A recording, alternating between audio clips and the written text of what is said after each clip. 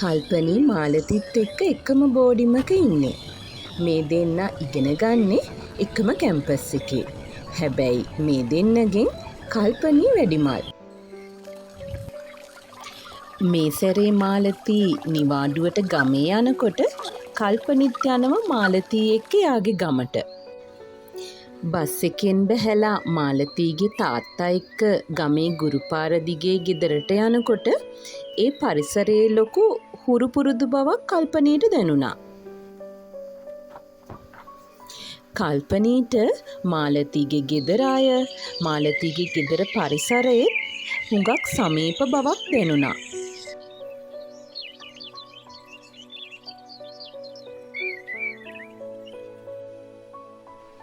උදේ පාන්දරින්ම නැගිටින කල්පනී බොහොම ආදරෙන් බොහොම ආසාවෙන් පරිසරයේ සුවය විඳින්න එළියට යනවා. මාලතී තේ පොඩ්ඩක් බොමු. මාලතී එයාගේ අම්මයි එකතු වෙලා හදලා දීපු රස තේ එකත් අරගෙන කල්පනී බොහොම හුරු පුරුදු කෙනෙක් වගේ වත්ත පුරා ඇවිද්දා. කල්පනීට මේ පරිසරයේ ලොකු කිට්ටු බවක් දැනෙනවා. මීට කලින් මේ ගමට ආවා කියලා මතකයක් නැති වුණාට මේ ඇල දොල, මේ ලොකු ගස් කොළන් එදා වගේමයි කියන හැඟීම කල්පනීගේ හිතට මහ බරක් එකතු කරනවා. මොකද්ද මේ මගේ හිතට දැනෙන්නේ? කල්පනී එහෙම හිතන්න කොච්චර උත්සාහ කරත් ඒ හැඟීම පිළිබඳ විස්තර කරන්න කල්පනීට තේරෙන්නේ නැහැ.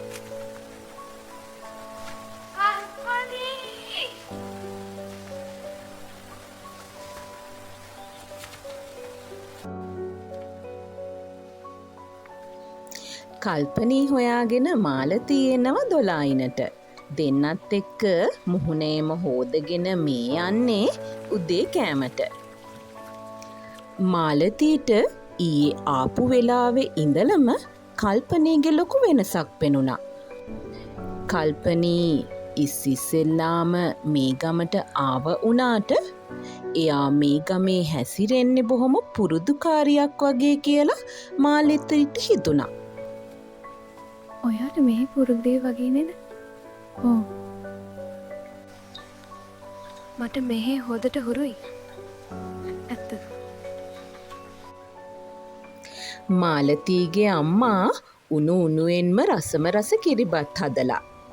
කල්පනී කිරිබත් කන්න ගොඩක් පෙරේතයි කියලා මාලතී මීට කලින් අම්මා එක්ක කියලා තිබුණා. ඒ නිසාම මාලතීගේ අම්මා කල්පනී හින්දමාද කිරිබත් හදලා. කිරිබත් සුවඩයි.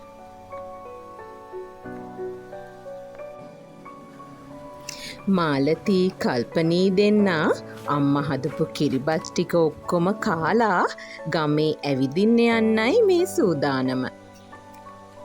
කල්පනී වඩේ කන්න ආස කියපු නිසා මාලතීගේ අම්මා වඩෙත් හදලා. මාලතී එයාගේ ගමේ විස්තර මීට කලින් කල්පනී එක්ක කියලා තිබුණේ නැහැ. ඒත් ගමේ ලොකු වැවක් තියෙනවා, අපි යමු ඒ වැව බලන්න කියලා කල්පනී කියනවා. සමහර විට අම්මයි තාත්තයි ඊයේ රෑ කල්පනීට වැව ගැන කියන්න ඇති කියලා මාලතීට හිතුණා. වැව ළඟට ගියපු කල්පනී කිසිම හෙවිල්ලක් බැලිල්ලක් නැතිව වතුරට බැස්සා. මේක මහ පුදුමයක්. නොදන්න තැන්වල කවදාවත් වතුරට බහින්න එපා කියා නිතරම කියන කල්පනී වැව ගැන කිසිම දෙයක් දන්නේවත් නැතුව අද වතුරට බැහැලා.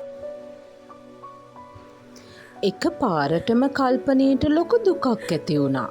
කියාගන්න බැරි ලොකු හැඟීමක් පපුවේ හිර වෙලා තියනවා වගේ දැනුණා. වැව කිට්ටුවෙන් තිබුණු ගරා වැටුණු මැටි ගෙයක් තියෙන දිහාවට කල්පනී දුවගෙන ගියා.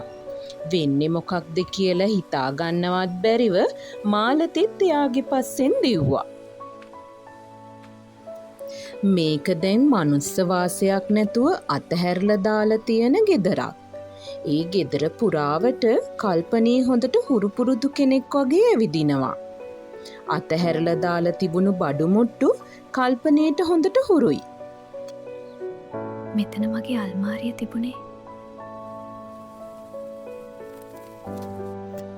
ඒත් කල්පනීට ඒ අල්මාරිය ඇරල බලන්න ලොකු උවමනාවක් හිතට දැනුණා.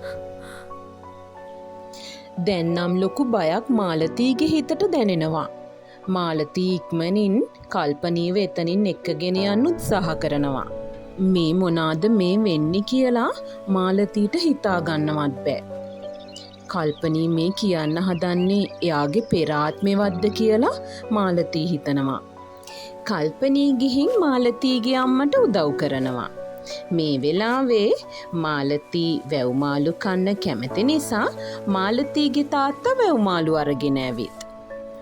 මාලතීගේ අම්මා වැව්මාලු සුද්ධ කරන හැටි බොහොම ආසාවෙන් කල්පනී බලාන ඉන්නවා. අක්ක ඉස්සර වගේම මාළු සුද්ධ කරනවා. ඒත් එකපාරටම කල්පනී කියපු කතාවට මාලතීගේ අම්මට උතුර දකුණ හොයාගන්න බැරි වුණා. මාලතීගේ අම්මට එකපාරටම මතක් වුණේ එයාගේ නෑන සීතව.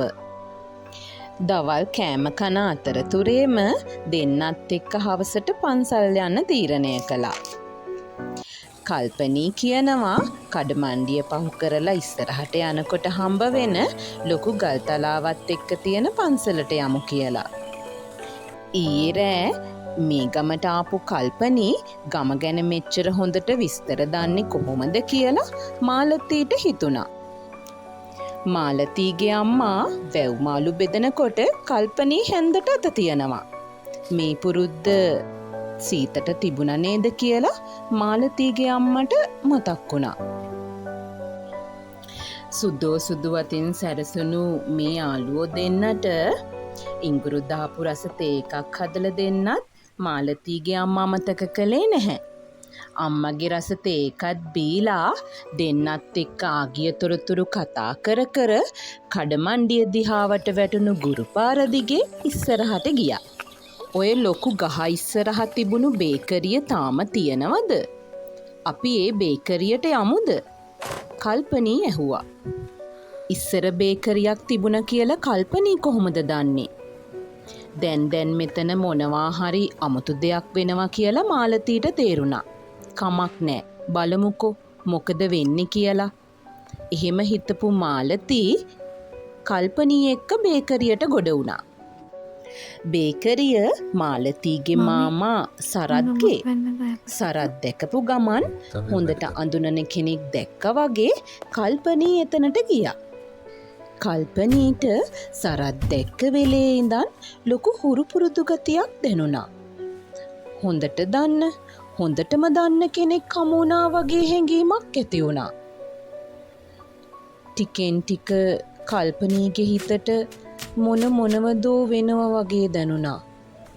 සරත් එක්ක ගෙවුණු අතීතය ටික මතකයට එන්න නැගුණා. මේ ලස්සන පුංචි ගෙදරට සරත් එක්කගෙන ආපු සුන්දර මනමාලිය සීතා. සීතා කියන්නේ සල්ලිකාර වලව් පවුලක එකම දියණිය. සරත් බේකරියේ පාන් හදන්න ඕන පිටි ඕඩරයක් ගන්න කටුබැද්දාව ගමට ගිය වෙලේ හිතවත් වුණු මේ දෙන්නා කාටත් හොරෙන් දැන් එක වහලක් යටට වෙලා. වලව්වේ හිර වෙලා ගත කරපු ජීවිතයට වඩා සීතා මේ දුප්පත් ජීවිතයට ගොඩක් ආස වුණා. සරත් තමන් කැන්දගෙන ආපු මනමාලිය ගැන හොඳින් හොයලා බැලුවා. වලව්වේ මෙහෙකරුවන් අතින් සියල්ල කෙරෙද්දී ඒ දිහා බලාන හිටපු සීතා දැන් හරියට ගෙදර දොරේ වැඩ කරන්න පටන් අරන්. මේ විවාහයට සීතගේ ගෙදරින් අකමැති වුණු නිසා ගෙදර අය ඉන්නේ හොඳටම තරහින් කියලා සීතා හොඳින්ම දන්නවා. ඒත් ඒ අඳුරු සිතුවිල්ල අතහැරලා ගෙදර දොරේ වත්තේ පිටියේ තියෙන වැඩ ටික කරලා සරත් එනකම් බලන් ඉන්න එකට සීතා හුඟක් සතුටු වුණා.